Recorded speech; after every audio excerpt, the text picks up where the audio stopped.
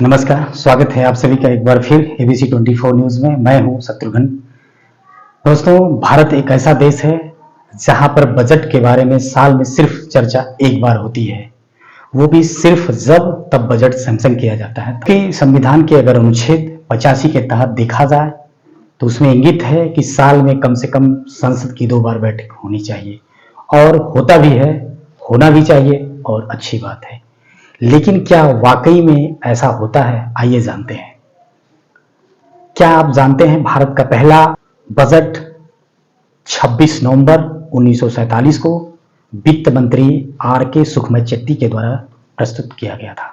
और दूसरी एक और खास मैं आप लोगों को बताना चाहूंगा कि भारत का सबसे लंबा बजट भाषण मौजूदा वित्त मंत्री निर्मला सीतारमण जी के द्वारा 2020 में दिया गया था। क्या आप जानते हैं 2023 और 24 में हमारे देश का सबसे बड़ा बजट सैंक्शन किया गया था, वो भी 40 लाख करोड़ का।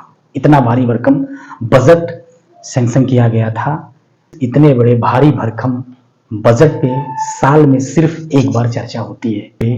कम से कम साल में 2 बार इसके बारे में चर्चा होनी चाहिए। पहला तब जब इस बजट को सैंक्शन किया जाता है, और दूसरा विंटर सेशन सत्र जब शुरू होता है तो उसमें इस सत्र के बारे में, इस बजट के बारे में पूरी तरह चर्चा होनी चाहिए कि अभी बीते 6 महीनों में देश को क्या मिला और क्या मिलना अभी बाकी है। जैसे कितनी नौकरियां मिली, कितना बेरोजगारी का दर कम हुआ, कितनी महंगाई पे लगाम लगाई जा सकी। बात हम करें बेरोजगारी की तो 2014 में सरकार ने घोषणा किया था प्रत्येक वर्ष 2 करोड़ नौकरी देने का। क्या इस बात पर बहस हुआ? क्या इस बात की पुष्टि हुई कि 2 करोड़ नौकरी मिली? नहीं।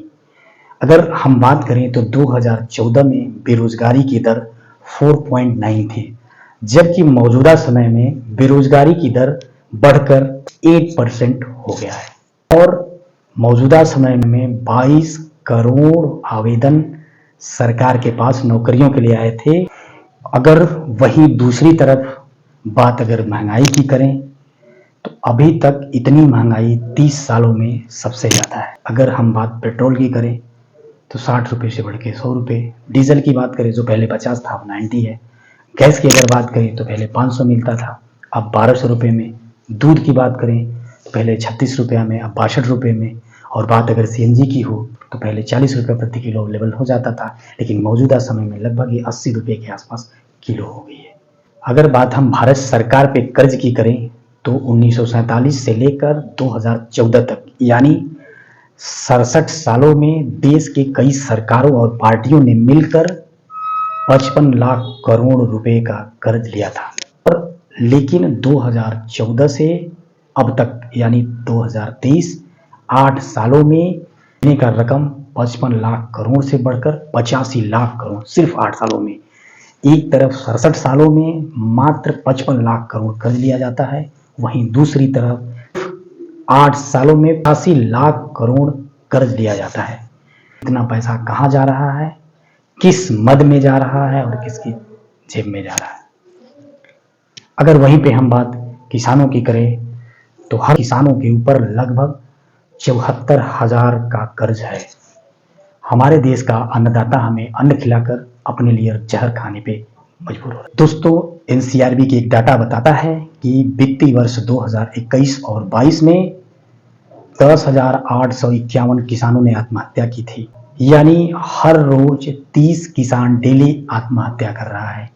एक तरफ हम आज़ादी का महोत्सव मना रहे हैं और दूसरी तरफ किसानों की आत्महत्या का सिलसिला थम नहीं रहा है। दोस्तों, मैं बता दूं, किसान भोला है, भुलक्कड़ नहीं। देखते रहिए आप लोग एबीसी 24 न्यूज़ और मिलते हैं किसी एक नए न्यूज़ के साथ।